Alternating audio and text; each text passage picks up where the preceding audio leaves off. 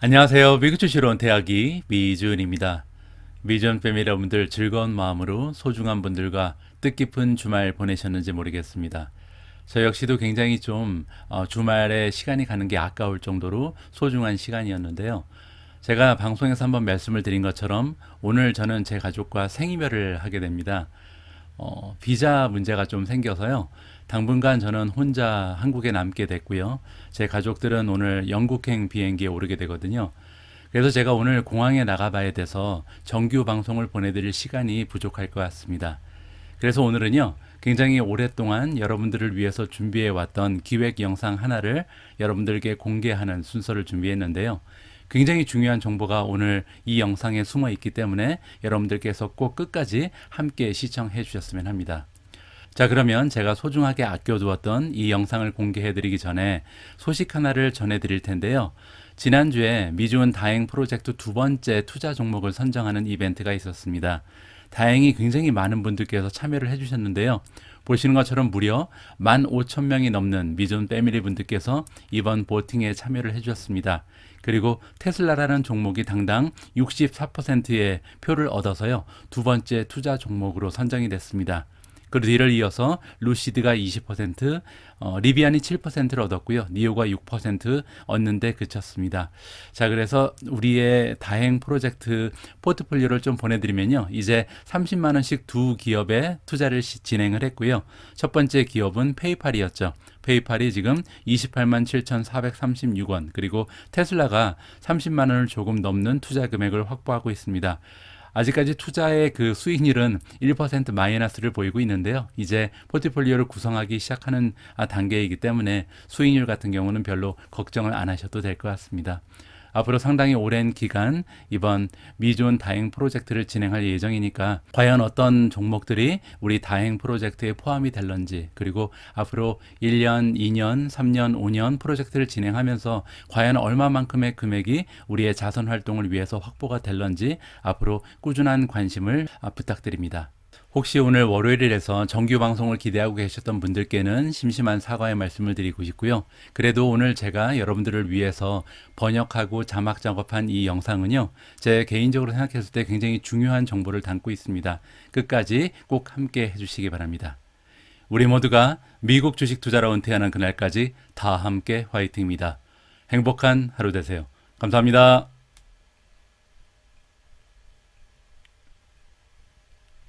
안녕하세요. 미국 주식으로 온 대학이 미준입니다.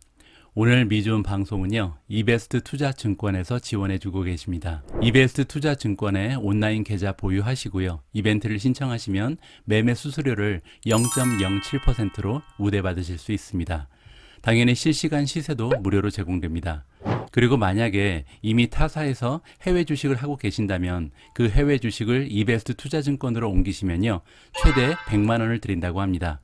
뿐만 아니라 지금 아마존, 구글, 마이크로소프트 등 미국 주식 한 주를 랜덤으로 지급하는 이벤트도 진행한다고 하네요. 아마존이나 구글에 당첨된다면 정말 좋을 것 같습니다. 추가로 미준 패밀리 분들께는요, 계좌를 개설하실 때 이벤트 코드에 미주은 입력하시고요. 딱 100만 원 이상만 해외 주식을 거래하시면 해외주식 상품권 10달러도 추가로 준다고 하네요.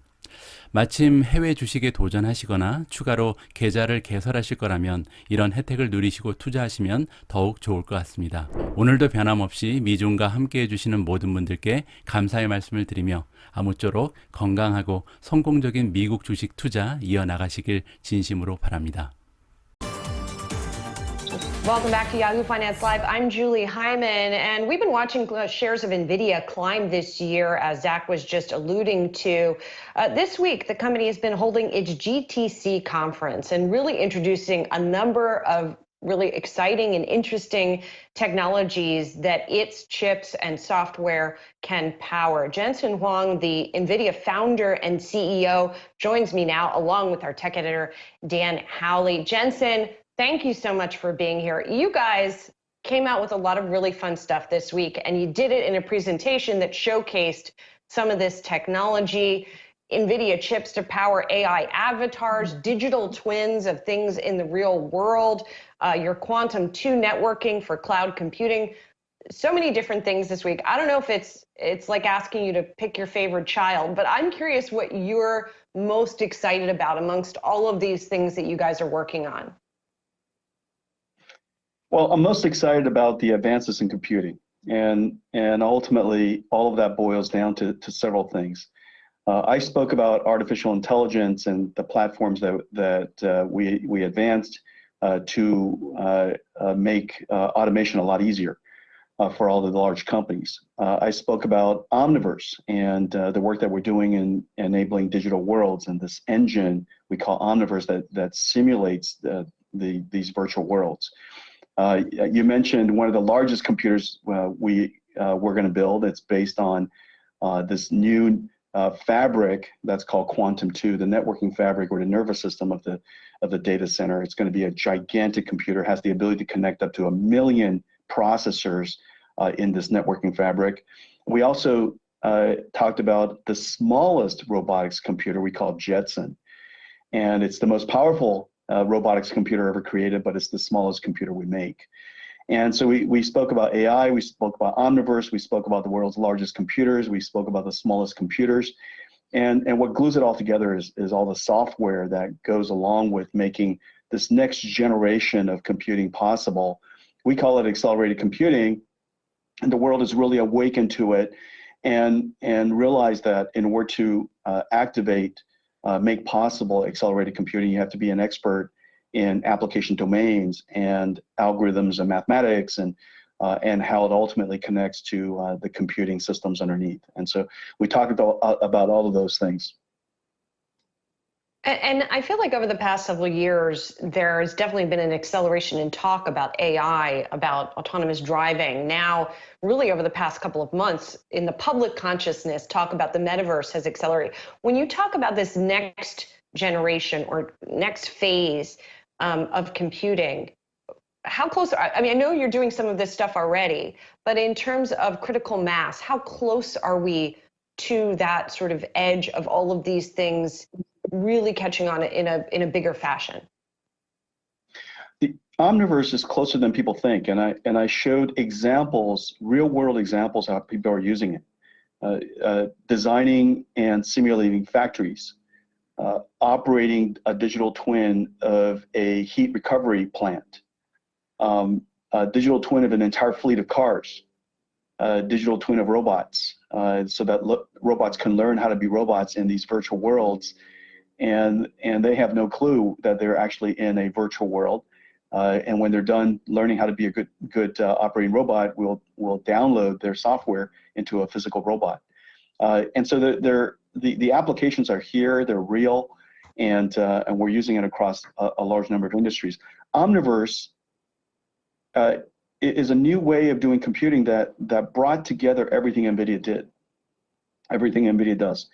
In high performance computing, in computer graphics, in artificial intelligence, all of those technologies are fused together for the very first time in a new computing platform. We call that Omniverse.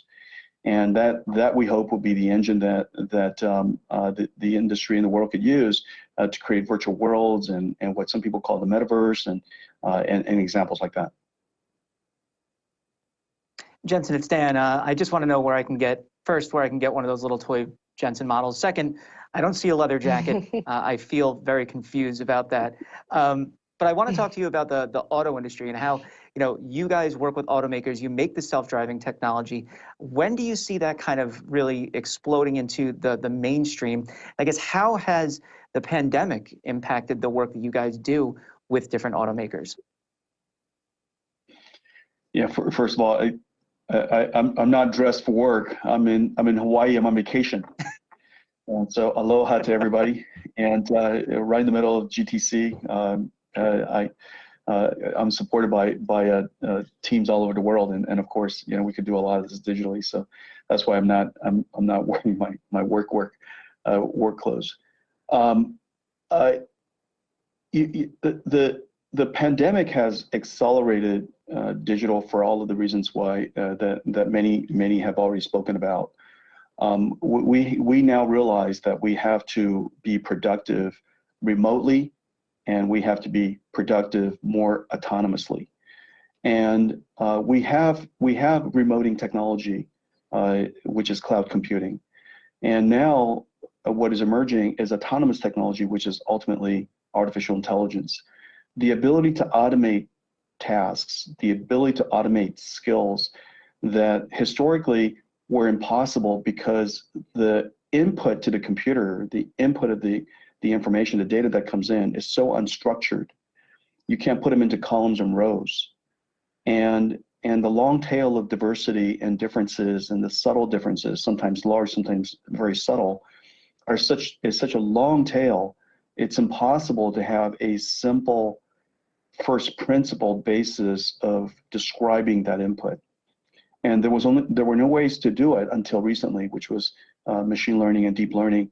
And these very large models made it possible for us to learn the very, very long tails. And now we even have breakthroughs where you can recognize and learn skills of things that you weren't even trained to do because you've read about it, fusing natural language understanding and the big work that we're doing in this area called large language models has made it possible for us to have AIs that only read about it through all of the text that it's been trained with, and is never really explicitly trained on those particular tasks. We call that zero-shot learning. And some of those breakthroughs in the near future are going to be really important in life sciences, in cybersecurity, in fraud detection, and in recommending the type of things that are quite complicated and basically impossible to capture in algorithms.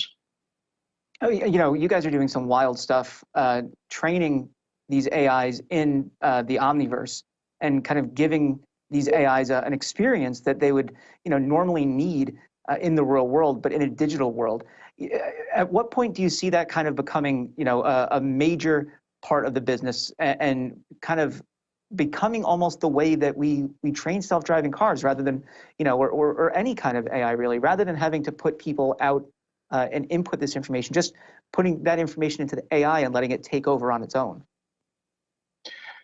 It's frankly impossible to have a robot perform 3D physical tasks, with 6 domains of 6 degrees of freedom in the real world. You just can't do that. And so we have to create virtual worlds for them to learn how to learn their skills. And so these virtual worlds are essential to the next step of artificial intelligence. There's just no two ways about it. And when the robot or the AI, whether it's that robots, we're going to have millions of robots in the physical worlds, but we're going to have billions of robots in the omniverse worlds, in the virtual worlds. And these billions of robots are learning to be physical robots. You could have 1 million of them learning how to be a good one robot. And they learn 1 million of them will learn a lot more quickly. You have many of the robots that are helping us iterate on particular ideas or designs that take too long or too difficult for us to implement here in the physical world. There'll be all kinds of avatars. And so the future robotics world is going to be largely in the virtual world. And that's what Omniverse was really created to do, to enable all of these alternate virtual worlds. Now the commerce, the economy of virtual world will be much, much bigger than the economy of the physical world. You're going to have more cars built and designed in virtual worlds. You're going to have more buildings, more roads, more houses, more hats, more bags, more jackets.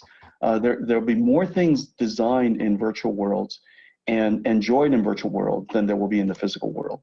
It's not limited by the conservation of mass or energy, and so it has the ability to flourish in a way that we can enjoy today. And so this new virtual world, this omniverse world that we see, and what some people call metaverse, is a 3D extension of the internet that's going to be much, much bigger than the 3D physical world that we enjoy today. Jensen, this is mind-blowing stuff, I think, for most of us, and sort of hard to wrap your head around. You talked about Earth 2, for example, as well in your keynote. Being a financial reporter, I want to bring it back to the real world for just a second, because I have to ask you about the ARM deal, the ARM Holdings deal, which has come up against a lot of regulatory pressure. Strategically, how do you see NVIDIA going forward if the deal doesn't happen, and how do you plan to deploy that cash that it would have been used for the ARM acquisition? We would go forward very nicely as we're going forward today. We have, we support every CPU in the world, and we support x86s of Intel's x86, AMD's x86. We support ARM CPUs of our own. We support ARM CPUs of others, and so we support all CPUs. We love the flourishing of CPUs, and the reason for that is because wherever there's the CPU is the first, if you will, the first chip in the system, and that's why it's called the central processing unit. It boots the operating system, and wherever there are CPUs, there are opportunities for accelerated computing, and so we would like to see expansion of the diversity of CPUs of all kinds, and we'll seek to accelerate the computing environments and the applications for all of them. The benefit of ARM being part of NVIDIA is that we could accelerate their R&D scale. ARM, as you know, is quite successful in mobile devices, but we could help them be much more successful in all of the other areas of computing. And so there are wonderful benefits in our ability to help them turbocharge their R&D scale. However, as we're independent today, you could see that NVIDIA continues to do really terrific things, and wherever we could expand the reach of ARM, we do. We announced the most powerful robotics processor ever built. We call it Orin. Orin is now in the beginning phases of production, and will power self-driving cars and robots and autonomous machines of all kinds, agriculture equipment, and undersea robots and above sea robots, and so there are all kinds of things that we're going to power.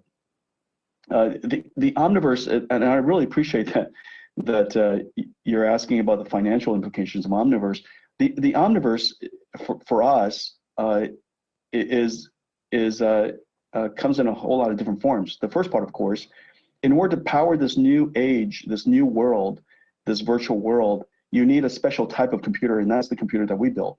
It includes artificial intelligence and computer graphics and physics simulation, and to do it at very large scales. That's right up the alley of what NVIDIA does for a living.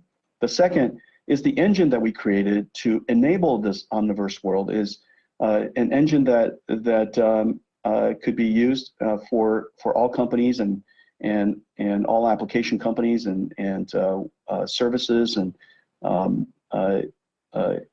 to use to create their virtual worlds. And so we have a lot of ways that we can serve the ecosystem in the industry and building the metaverse world. Jensen, it's Dan again. I just wanted to ask about the chip shortage and how you guys are navigating that. I'm a big gamer. I have a NVIDIA chip in my desktop that I built because I'm a giant dork. But I wanted to know how you guys are navigating that and what you see as far as the final kind of outcome of this, and when we'll start to see it start to dissipate. Yeah, demand for all of the reasons that has been spoken about, and one of the primary reasons of extraordinary demand on both sides of it, people are starting to build more and more home workstations, and the reason for that is because their home is now their office, and so more people have to build home workstations, and when they're at home, they prefer to have a permanent system, and so desktop computers are doing incredibly well. People are spending more time playing games because they're not able to travel as much, and so I think these are permanent conditions, and we're going to see new computers being built for quite a long time.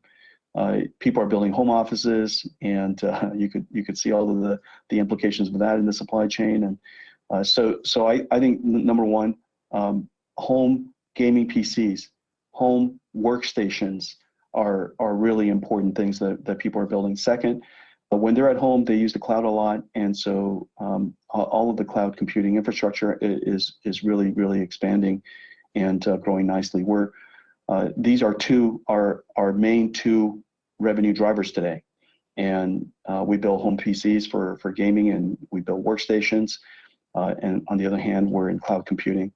And so both of these markets are growing incredibly fast, and the demand is really quite high. It'll take a while for us to be able to see a time when supply exceeds demand. I think that through next year, demand is going to far exceed supply. We don't have any magic bullets in navigating the supply chain. We have the support of all of our suppliers. We're fortunate in that we are multi-sourced. We're fortunate in that our supply chain is quite diverse, and we have our company is quite large, and so we have the support of a large ecosystem around us, and they're doing everything they can to help us. And so we're just going to have to work super hard and get supply out to the marketplace. And Jensen, finally, we've been showing folks your stock chart while we've been talking to you, and obviously the performance has been pretty incredible. You guys are the biggest chip maker by market cap, as you have had this outperformance both in your growth and in the stock price. As you lay out the growth you've been experiencing and these really ambitious plans that you have, does the premium that you guys are trading at, is that a concern at all for you, or do you think that it accurately reflects these ambitious plans that you have? I'm delighted that people are excited about the work that we're doing, and we try to do impactful work that has never been done before for large markets, and to make a real contribution. Artificial intelligence is unquestionably the most powerful automation force, technology force the world's ever known. And for us to be able to automate transportation, to healthcare, to logistics, to retail, to manufacturing, all of the industries that we can automate. And when you automate, you drive productivity, you drive growth, and industries are seeking always to automate, because we're always seeking to improve our performance, improve our efficiency, improve our growth opportunities. And artificial intelligence is understandably the best way for us to do that going forward. And I think people are excited about that. People are excited about the fact that NVIDIA is not a traditional chip company, a semiconductor company. And we're not a traditional semiconductor company because we're rich with software, and we're rich with the ability to open new markets. The software that we create is essential for accelerated computing, because the computing model we pioneered is a full stack software approach and computing approach. Otherwise, it doesn't work. And so we do it because we have to, but we also do it because it opens the opportunity to solve new problems. It opens ability for us as a chip company to have self-driving cars on the road, the full stack self-driving cars. It allows us to create something like Omniverse and to enable an entire new industry. It allows us to create robotics platforms. It allows us, of course, to create the artificial intelligence platforms that now 25,000 companies are using around the world. And so I think people are excited about the technology that we've created, but activating that technology in so many industries and opening such exciting opportunities ahead. And so I'm delighted that people see the potential in our company, and I'm looking forward to inventing the future we've discussed. And we're looking forward to seeing it. Really exciting, interesting vision that you're laying out, visions really, because there are so many different aspects of it. Jensen, thanks for joining us from vacation. We really appreciate it. as the GTC conference goes on. Jensen Huang is founder and CEO of NVIDIA and our Dan Halley. Thanks again, Jensen. Hope to catch up with you again soon. 피파 온라인4 겨울 사전 등록. 기회는 단 2주뿐. 지금 바로 참여하세요.